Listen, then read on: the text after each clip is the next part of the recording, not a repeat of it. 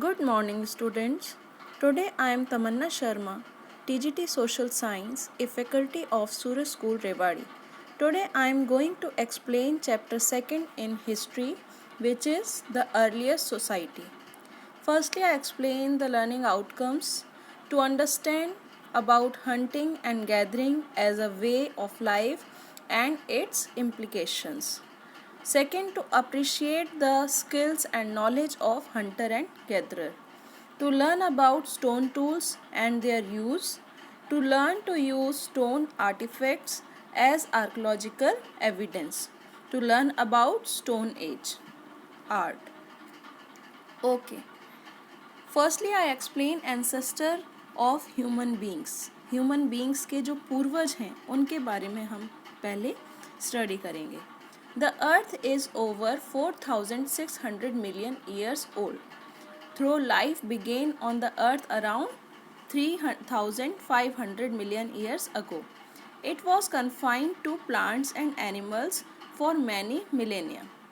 Humans appeared on the earth in pre-Pleistocene and early Pleistocene period.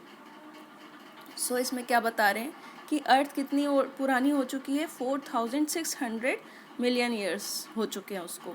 और अर्थ में जो life start हुई थी उसको कितना टाइम हो चुका है. 3,500 मिलियन ईयर्स. और ये हमें किससे कन्फाइंड होता है. प्लांट्स और एनिमल से, जिनको बहुत साल हो चुके हैं, 1000 ऑफ ईयर्स हो चुके हैं. ह्यूमन अर्थ में कब अपेयर्ड हुआ था, उस टाइम पीरियड को कौन सा पीरियड कहा जाता है. Pleistocene period. Okay. The early humans who appeared on the earth were ape like creatures called hominids. पहले जो ह्यूमन्स थे वो किस तरीके के थे, उनका लुक किस तरीके का था. एप लाइक, वानर जैसा, जिनको हम क्या कहते हैं. Hominids. They could not walk straight. They lived either on tree tops और इन caves. They wandered from place to place in search of food and shelter. वो लोग स्ट्रेट वॉक नहीं कर सकते थे जो एप लाइक थे. और ये लोग जो रहते थे वो कहाँ रहते थे.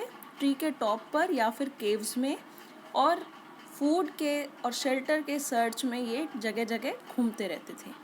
Gradually as hominids evolve, changes occurred in their body. They could stand erect. कुछ टाइम बाद इनकी बॉडी में चेंजेस होने स्टार्ट हुए और ये सीधे खड़े होने लगे. Their fingers become more flexible and thus they develop a grip which help them to hold things firmly. जो इनकी फिंगर्स थी वो फ्लेक्सिबल हो गई और ग्रिप बढ़ गई, जिससे किसी चीज़ को आराम से पकड़ सकते हैं. This help in making tools. The brain case became bigger and the jaw smaller. इनका जो ब्रेन केस था वो बड़ा हो गया और जो जॉज मीन्स जो जबड़ा होता है वो छोटा हो गया. This category of human is called Homo erectus. क्या कहा जाता था इस टाइप के ह्यूमंस को. Homo erectus. The Homo erectus travelled long distances unlike their predecessor. जो इनके पुराने पूर्वज थे उनके अकॉर्डिंग ये लॉन्ग डिस्टेंस ट्रैवल कर पा रहे थे क्योंकि ये स्ट्रेट मूव कर पा रहे थे. Then emerge the Homo sapiens. Homo erectus के बाद कौन इमर्ज हुआ. होमो सेपियंस, जिनका लिटरली मीन्स क्या होता है. थिंकिंग वाइज मैन, बुद्धिमान व्यक्ति. From which modern day human being evolve. जो कि कौन है. आधुनिक व्यक्ति है. आज के टाइम का जो मॉडर्न ह्यूमन है उसको क्या कहा जाता है. Homo sapiens. This period of human history is called pre history. इस टाइम की हिस्ट्री को क्या कहा जाता है. Pre history.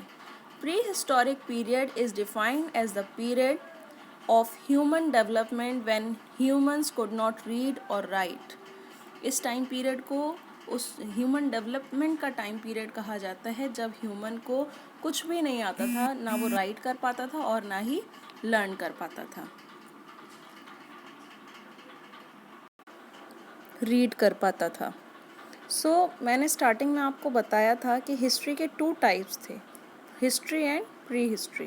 प्री हिस्ट्री कौन से टाइम पीरियड को कहा जाता है. जब हमारे पास किसी भी तरीके का राइटिंग रिकॉर्ड नहीं है. ओके. और हिस्ट्री किसको कहा जाता है. जब से हमें रिटन रिकॉर्ड मिलने लग गया. तो ये वही प्री हिस्टोरिक टाइम पीरियड है जब ह्यूमन बीइंग को रीड करना और राइट करना नहीं आता था. Okay, thus this period is best understood from the study of fossil stone tools and cave paintings. तो इस टाइम पीरियड के बारे में जो हमें इंफॉर्मेशन मिलती है वो किससे मिलती है? फॉसिल से, स्टोन टूल से एंड केव पेंटिंग से. In India, this period began around 1.5 million years ago, which is suggested from the most recent discoveries of artifacts from Bori in Maharashtra. India में इस टाइम पीरियड को कितना time period हो चुका है, मतलब ये जो टाइम है वो कितना टाइम हो चुका है? 1.5 मिलियंस. और जो रिसेंट डिस्कवरीज हुई हैं बोरी महाराष्ट्र में, उससे हमें ज़्यादा इन्फॉर्मेशन मिलती है. Life of early humans. Starting में जो अर्ली ह्यूमंस थे उनकी लाइफ किस तरीके की थी? The early ancestors of modern human beings are described as hunter gatherers. जो अर्ली हमारे जो पूर्वज थे उनको किन के नाम से जाना जाता है? हंटर एंड गैदरर्स के नाम से. The early human were totally dependent on the nature for their survival. The earliest humans wandered from place to place for several reasons. जो अर्ली ह्यूमन बींग्स थे वो किस पे डिपेंडेंट थे? टोटली नेचर पे डिपेंडेंट थे और कई कारणों से ये प्लेस टू प्लेस घूमते रहते थे. फर्स्ट जो रीज़न है वो है they wandered in search of animals that they hunted for food and skin. पहला जो रीज़न है कि ये एनिमल्स के सर्च के लिए निकलते थे जिसको ये फूड और स्किन के यूज़ में लाते थे. The animals wandered about with no permanent place to live, so did the early humans. Animals का कोई परमानेंट लोकेशन तो होता नहीं है, एड्रेस नहीं होता, इसीलिए उसके सर्च में जगह जगह घूमते थे. Secondly, plants and trees bore fruits in different season. Different season में डिफरेंट प्लांट्स एंड फ्रूट्स होते हैं, तो उसके लिए ये प्लेस टू प्लेस मूव करते थे. Since they lived on hunting and gathering, they had to wander to different places in different seasons. Thirdly, they moved in search of water. ये water के सर्च के लिए भी जगह जगह घूमते थे. Many rivers and lakes are seasonal, so early humans who lived on the banks of such rivers and lakes would have had to go in search of water during the dry season. जो हमारे ancestors seasonal river के bank में रहते थे. Okay, seasonal river क्या होते हैं? जो मॉनसून जब रेनफॉल होती है तब तो पूरी फिल हो जाती हैं और कुछ टाइम के बाद वो ड्राई हो जाती हैं. तो जो सीजनल रिवर के बगल में रहते थे, तो जब वो ड्राई हो जाती थी तब वो वाटर्स के सर्च के लिए जगह जगह घूमते थे. Also when they exhausted the resources of an area they had to look for newer habitats. जब जहाँ वो रहते थे और वहाँ के रिसोर्सेज जब ये लोग पूरी तरह से यूज़ कर लेते थे, जब वो ख़त्म हो जाते थे, तब ये एक नई जगह रहने के लिए ढूंढते थे. क्लियर है? Okay, this is enough for today. Rest of the part we learn in next video. Thank you.